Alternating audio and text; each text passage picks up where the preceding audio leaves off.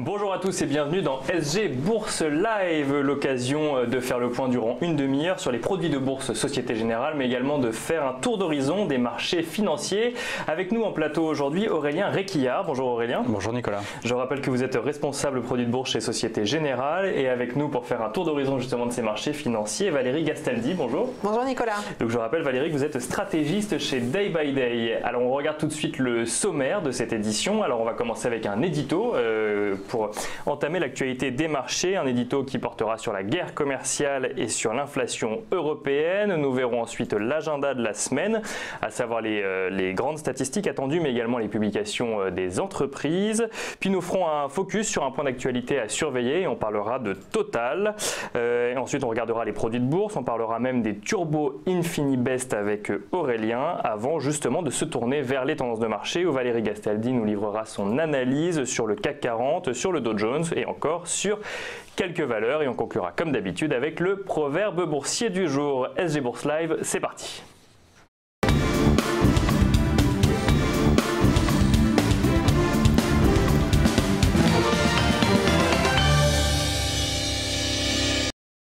Et donc un premier édito avec pour thématique la guerre commerciale et l'inflation européenne. Parce que lundi, les nouveaux tarifs douaniers entre la Chine et les États-Unis sont entrés en vigueur.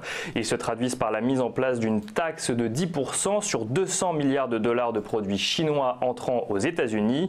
Une décision qui courait depuis plusieurs semaines et qui conduit les spécialistes à dire que nous passons d'une menace de guerre commerciale à une guerre commerciale effective entre les deux géants.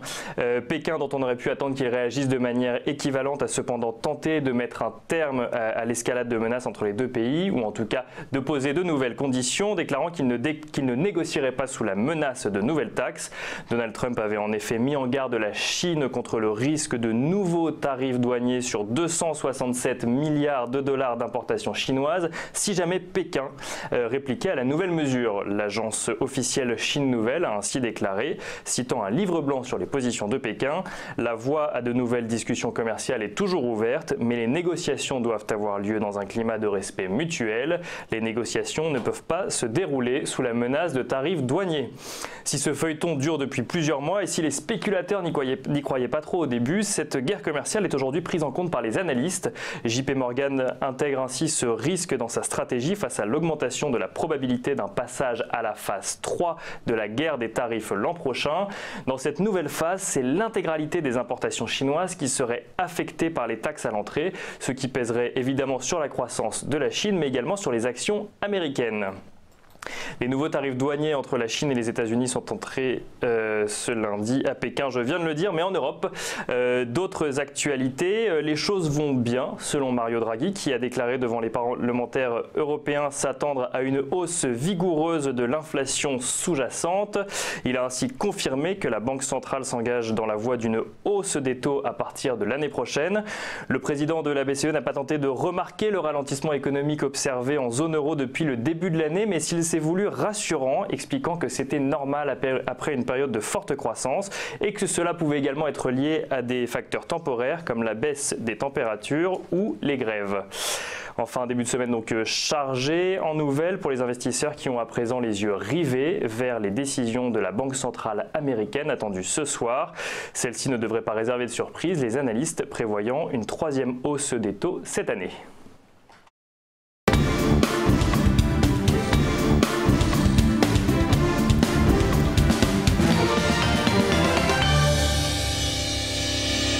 Alors on regarde maintenant l'agenda économique de la semaine et on commence évidemment avec les indicateurs. Donc je le disais il y a un instant, la décision de politique monétaire de la Fed pour le mois de septembre est attendue cet après-midi. Mais d'ici la fin de la semaine, on attend également le PIB du deuxième trimestre aux États-Unis et l'indice de confiance de l'Université du Michigan pour le mois de septembre.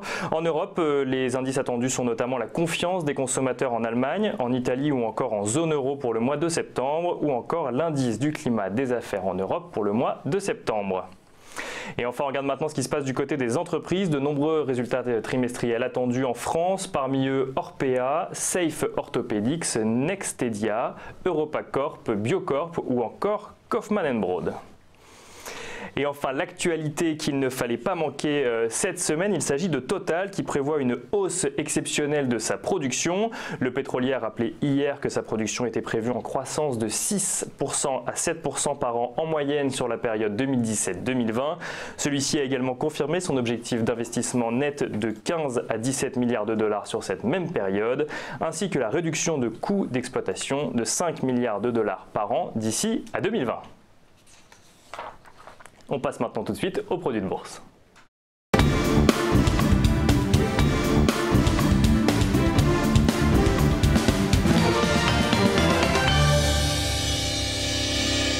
Alors avant de parler des Turbo InfiniBest en tant que tel, je vais me tourner vers vous Aurélien et on va faire ce top qu'on fait toutes les 2 semaines sur les sous-jacents qui ont le mieux marché. Aurélien.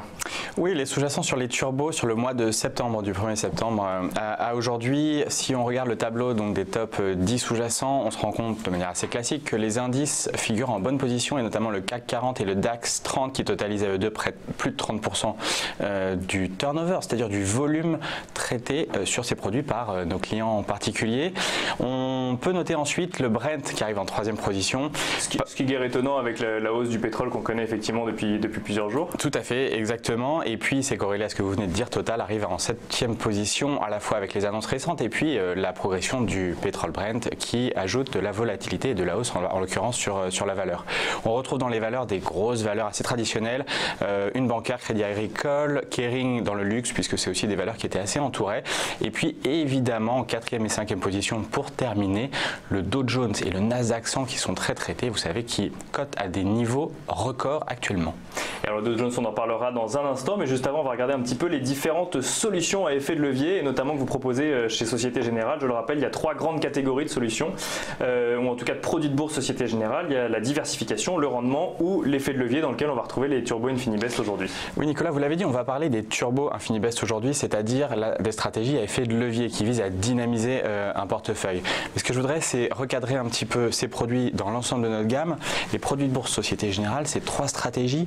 C'est l'effet de levier avec les turbos, les varants et les leverage, mais vous avez aussi des solutions autres qui sont les solutions de diversification avec les ETF et les certificats 100% qui permettent de s'indexer ou de s'exposer pas à pas un actif sans levier. Et enfin, les stratégies de rendement avec les Athena et les bonus qui visent à chercher de la performance dans un marché stable. Donc avec des produits de bourse, ce graphe vise à montrer qu'on peut construire un portefeuille très diversifié en termes de stratégie. Mettre de la diversification, c'est-à-dire de l'exposition au marché, on appelle ça aussi du bêta, du rendement pour venir chercher la performance et puis de l'effet de levier là aussi pour dynamiser en général sur des courtes périodes et surtout, je le dis souvent, mais pour une fraction réduite de son portefeuille. Parce que c'est plus risqué, mais par contre on peut gagner plus. Exactement. Et alors justement, dans ces solutions à effet de levier, il y a ce qu'on appelle le Turbo InfiniBest. Est-ce que vous pouvez nous rappeler ce que c'est, Aurélien? Oui, un Turbo InfiniBest vise à démultiplier les performances d'un sous-jacent par 2, 3, 4, 5, 10 ou même plus. Il existe 2 types de Turbo InfiniBest. Les Turbo InfiniBest Call qui amplifient les hausses et les Turbo InfiniBest Put qui amplifient les baisses. Alors, je vous donne un exemple très simple. Turbo InfiniBest Call avec un effet de levier de 10 sur l'indice CAC 40 signifie que pour une hausse de 1% de l'indice CAC 40, eh bien, mon Turbo InfiniBest Call va progresser de 10%. Attention, l'inverse est vrai aussi. J'amplifie les gains, j'amplifie aussi les pertes. Donc, si le CAC 40, l'indice CAC 40 baisse de 10% et que j'avais choisi un Turbo Call avec un effet de levier de 10, eh bien, je vais perdre 10%. Ça peut donc aller très très vite. D'où l'intérêt de ne jouer qu'une partie infime effectivement de son capital sur les Turbo InfiniBest Call ou Put et surtout Put du coup. Exactement. Pour les deux, pour ce type de stratégie, que ce soit les varants, les leverage ou les turbos, il faut réserver une fraction limitée de son portefeuille. Un mot sur les puts, c'est la même chose que les calls, mais vous bénéficiez de la baisse. C'est-à-dire que si le CAC 40, on en parlait, baisse de 1%, fait moins 1%, et que j'ai choisi un turbo put avec un effet de levier de 10, eh bien, ça va avoir une progression positive sur l'investissement et donc je vais bénéficier de cette baisse. Ça peut servir dans 2 cas, les puts, soit parce qu'on a tout simplement une anticipation baissière et on veut investir là-dessus, sur cette idée-là, ou alors on peut vouloir couvrir un portefeuille. Je vous donne un exemple très simple. Si j'ai une action en portefeuille total, par exemple en portefeuille, mais que j'anticipe une baisse sur un court temps donné, mais que je ne souhaite pas revendre l'action, eh bien je peux acheter, je peux m'adjoindre des Turbo InfiniBest Put qui vont jouer un petit peu comme une assurance de portefeuille. Alors ce que vous dites, c'est que ça montre quand même que ça s'adresse à des gens qui suivent régulièrement leurs actions totales, par exemple en portefeuille, et qui regardent tous les jours en fait ce qui se passe sur les marchés boursiers. Oui, les turbos sont réservés des investisseurs avertis, très avertis, qui ont le temps pour ça, c'est-à-dire le temps de comprendre le mécanisme et le fonctionnement de ces produits, et puis le temps de les suivre en temps réel. Ce sont absolument pas des produits de fonds de portefeuille, ce sont des produits qu'on va devoir acheter et suivre en temps réel, donc y passer beaucoup de temps. On est sur des échéances assez courtes, vous venez de le dire, effectivement, on est sur vraiment pour se couvrir sur une courte période. Un mot sur l'échéance, quand est-ce que ça s'arrête tout simplement? Alors c'est une très bonne question, j'en ai pas encore parlé. Turbo infini best, qu'est-ce que ça veut dire? Eh bien il y a le terme infini, donc il n'y a pas sur ce type de turbo là d'échéance ou de maturité, il n'y a pas de fin de vie. La fin de vie n'arrive que lorsque le sous-jacent touche ou franchit la barrière qui va désactiver le produit ou le turbo, et donc l'investisseur aura perdu l'intégralité de son capital. Donc il n'y a pas d'échéance, ça ne veut pas dire pour autant qu'on peut ça veut dire qu'on peut le garder jusqu'à ce que la barrière soit franchie. Et ensuite, on parlait du terme, donc turbo, infini, best. Best, ça veut dire barrière égale strike pour les investisseurs connaisseurs. Ça veut dire que le niveau de financement est égal à la barrière désactivante, barrière désactivante égale niveau de financement. Ça veut dire que je n'ai qu'un seul niveau à surveiller, c'est le niveau à partir duquel s'il est touché ou franchi, je perds l'intégralité du capital. Donc en fait, on a la possibilité de dire je ne veux pas perdre plus de temps sur ce call ou sur ce put. Prenons un exemple très simple, le CAC 40 cote près de 5500 points. Si j'achète un turbo infini best call avec un niveau de financement ou une barrière, elles sont égales, c'est la même chose, on vient de le dire, à 5000 points, c'est-à-dire que je vais avoir un levier à partir de 5000 points. Si 5000 points est touché ou franchi par l'indice sous-jacent, et bien à ce moment-là, je perds l'intégralité du capital.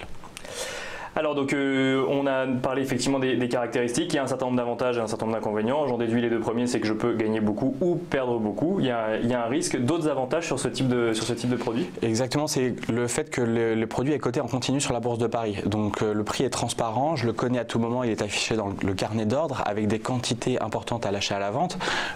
Société Générale, en tant qu'animateur de marché, me garantit cette liquidité, donc de pouvoir l'acheter et le vendre. Les turbos de la gamme Infini Best n'ont pas d'échéance fixe, ils sont infinis, donc pas de maturité. En ce qui concerne les inconvénients, peut-être, je vous laisserai lire l'intégralité des inconvénients dans la brochure qui est dédiée, qui est disponible sur notre site internet. L'inconvénient majeur, évidemment, c'est la perte en capital totale qui est possible à partir du moment où le niveau de la barrière est franchi. Et puis peut-être un deuxième inconvénient auquel les investisseurs qui rentrent sur ce type de produit ne pensent pas toujours, c'est le risque de devise quand j'investis sur un sous-jacent en devise autre que l'euro. Si on prend le Dow Jones dont on parlait tout à l'heure, par exemple, effectivement, ne pas oublier qu'il est en dollars et pas en euros. Exactement, donc j'aurai non seulement l'impact marché, l'impact du niveau de l'indice, mais aussi l'impact de la variation euro-dollar. Si je suis à la hausse sur un marché américain, je souhaite en tant qu'investisseur que le dollar progresse versus l'euro. Attention, si au contraire il baisse, eh bien ce sera négatif pour mon investissement libellé en euros. Et bien justement, la transition est toute trouvée pour parler des marchés.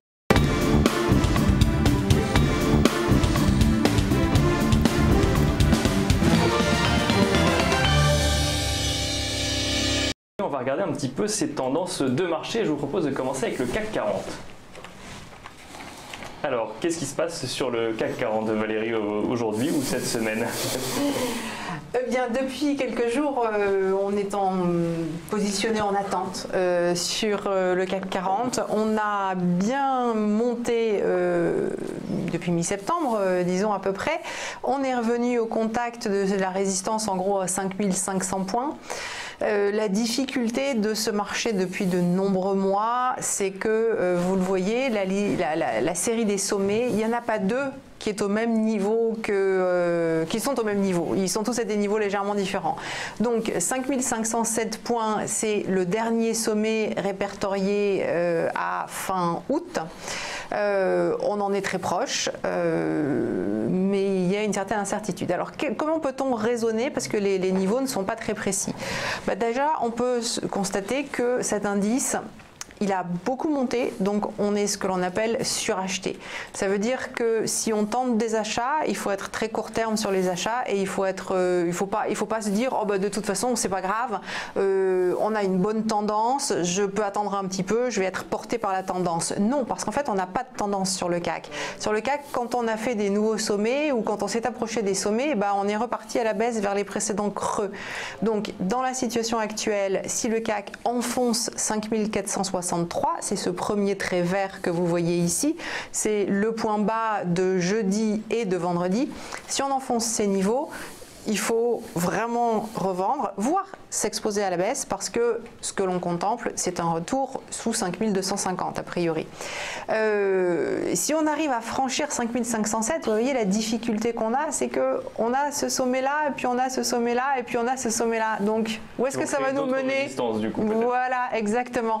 C'est beaucoup moins clair, le potentiel de hausse est beaucoup moins clair. Donc voilà, il faut être assez rapide si on veut jouer la hausse. Un, parce qu'on a un potentiel de baisse qui reste important, et deux, parce que le potentiel de hausse, on a beaucoup de mal à l'identifier, même si on arrive à franchir les sommets récents sur l'indice. Donc une situation plutôt pour les gens les plus réactifs, si on veut continuer à jouer la hausse. Alors du coup Aurélien, dans cette situation, on ne sait que choisir. Est-ce qu'on va jouer la hausse ou la baisse avec un turbo InfiniBest? Les deux sont possibles. Les deux sont possibles. Alors qu'est-ce qu'on fait avec une hausse par exemple?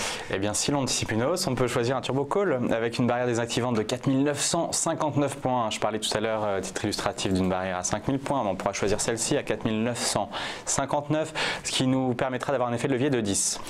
L'échéance, on l'a dit, est ouverte et le cours de 5,43. Alors pourquoi il code 5,43? Eh bien, c'est assez simple en réalité. Le prix, on peut le retrouver en prenant le niveau de l'indice, 5500 points environ.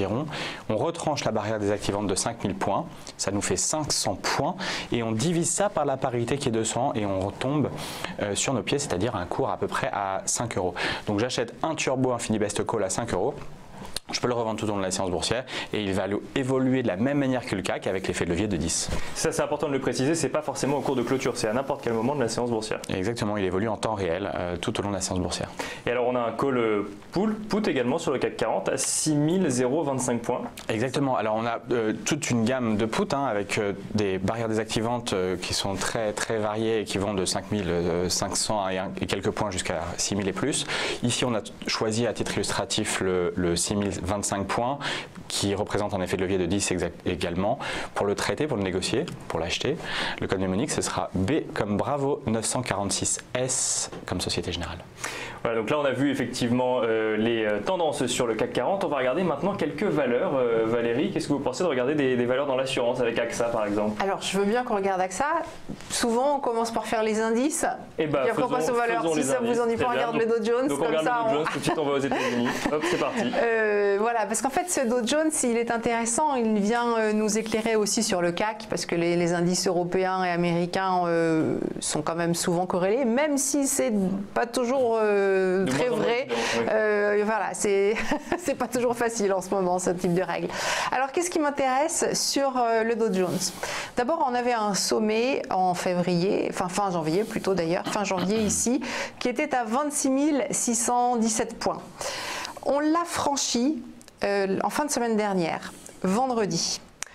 Ce jour de franchissement, c'est ce que l'on appelle le jour des 3 sorcières. C'était le jour de l'échéance de tous les contrats futurs en Europe, aux États-Unis, simultanément.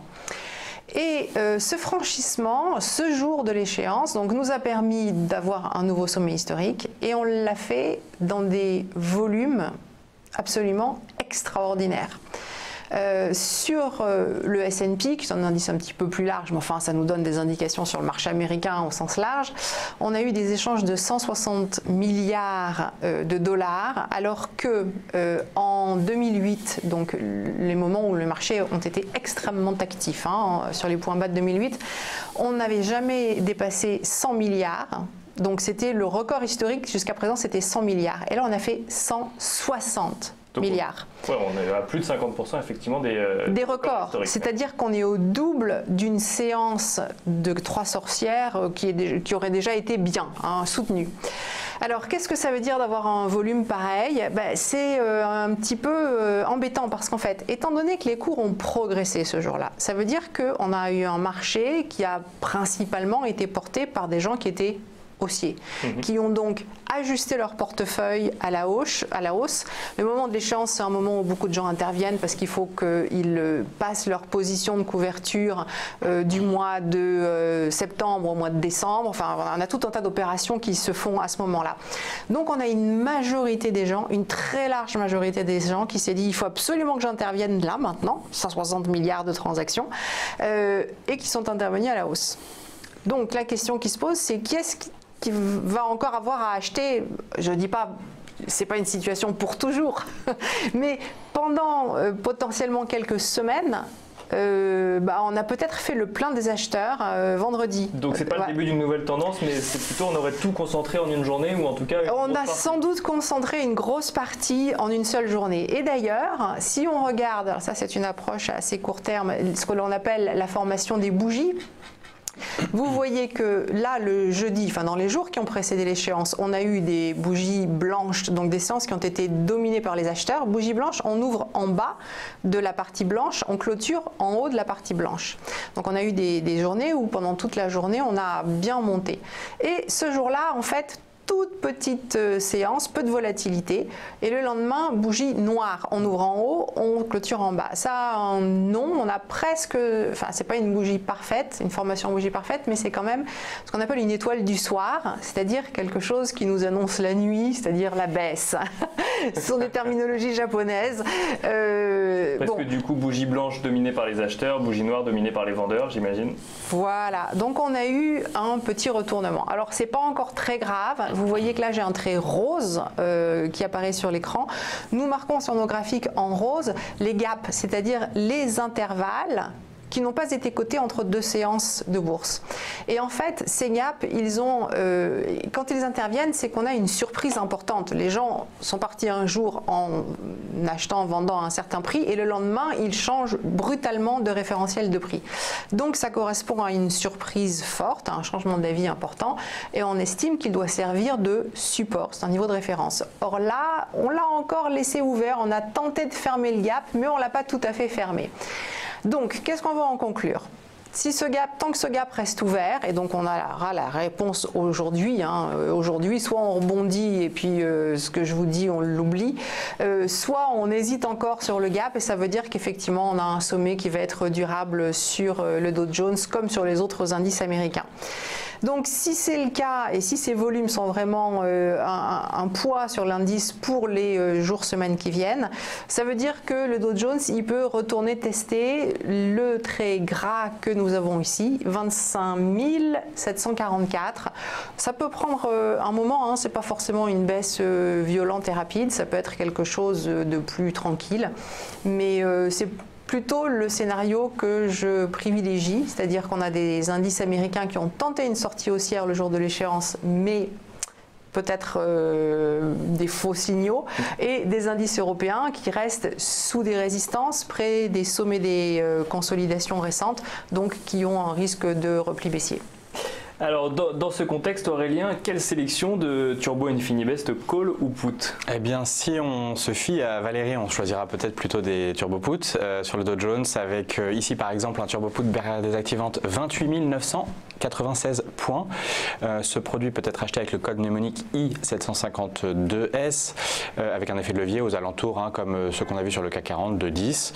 A l'inverse, si on anticipe une poursuite de la hausse, un dépassement des sommets, eh bien on pourra acheter le call par exemple, avec la barrière désactivante à 24 000 points. Alors on va regarder maintenant avec vous, Valérie, les valeurs. Je vous propose de commencer avec AXA. Oui, j'ai choisi deux valeurs qui n'ont rien à voir, à la fois en termes de modèle économique, de secteur d'activité, et puis techniquement. Elles ne sont pas du tout dans les mêmes configurations graphiques. D'abord, AXA, AXA, elle a beaucoup monté depuis le mois de juillet et puis plus récemment depuis début septembre. Elle a beaucoup monté, mais en fait, elle est à 23,55 26, on a un niveau de résistance qui correspond à ce gap baissier qui avait été ouvert au mois de mars, début mars. On a un gros gap baissier ici, on est revenu le tester. Et ce gap baissier, c'est aussi, alors là c'est un petit peu ésotérique, donc les personnes qui me comprennent, tant mieux pour eux, je leur signale, c'est un retracement de Fibonacci de 62%. Si vous ne me comprenez pas, c'est pas très grave. L'élément majeur, c'est qu'on est sur ce haut du gap baissier qui est un niveau de résistance. Tout à l'heure, je vous expliquais le Dow Jones, niveau de support. Dans le sens inverse, ça peut aussi être un niveau de résistance, un gap. Alors, c'est une opération, bien entendu, tout à fait contre la tendance. Donc, c'est rare que je propose ça.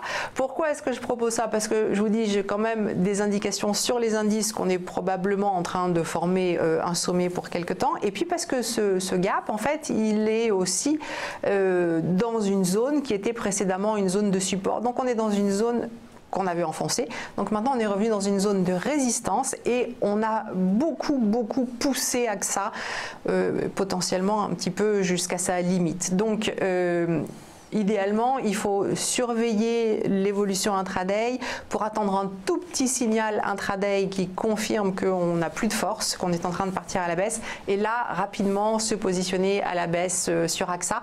Comme ça, on peut placer le stop au-dessus des plus récents sommets. Voilà, on veut juste une toute petite confirmation baissière parce que sinon, on est toujours un petit peu gêné pour savoir où placer le stop. Il faut le mettre un petit peu au hasard, 1% au-dessus des précédents sommets. Et c'est frustrant. Voilà. Et alors ça tombe plutôt bien parce qu'on peut se positionner à la baisse sur AXA avec un turbo justement, Aurélien. Exactement, avec un turbo Infinibest Put sur AXA, une barrière désactivante à 26 € qui est donc relativement loin des cours actuels. Ça ne signifie pas qu'il faut attendre, si on a tort, que la barrière soit franchie. C'est-à-dire qu'on peut évidemment vendre le produit avant. Si on s'était fixé un niveau d'invalidation à, mettons, 22,50 €, eh bien on peut tout à fait sortir en bourse et revendre son turbo via son intermédiaire financier. Alors on va maintenant changer de secteur d'activité et changer même de modèle, vous nous le direz, avec Iliad, Valérie. Oui, alors voilà, donc là vous reconnaissez sans doute le type de situation que je propose généralement, c'est-à-dire entrer dans une tendance claire. Voilà, la tendance sur Iliad, pour le coup elle est claire. Elle est claire, elle est baissière. Donc pourquoi est-ce que c'est intéressant? En fait, on a eu 2 semaines de reprise haussière sur Iliad, donc on a pu dégonfler un petit peu les indicateurs qui pouvaient être survendus à début septembre. On a buté sur le précédent creux qui était à 122,30 qui sert maintenant de résistance. Donc c'est un niveau qui peut nous servir de niveau d'invalidation, de niveau de stop. Et on peut viser un retour sur les précédents points bas, voire un tout petit peu plus bas, c'est-à-dire autour de 100 €. Et alors justement, quel turbo Infinibest sur Iliad, Aurélien? Eh bien par exemple le turbo V794S qui a une barrière désactivante à 123,73 €. Là encore on est dans une solution un peu tactique, donc plutôt sur du court terme à acheter et à surveiller de près pour revendre dans quelques jours, quelques semaines maximum. Alors, merci à tous les deux. Je vous propose de passer tout de suite à cette tradition dans l'émission, le proverbe boursier du jour.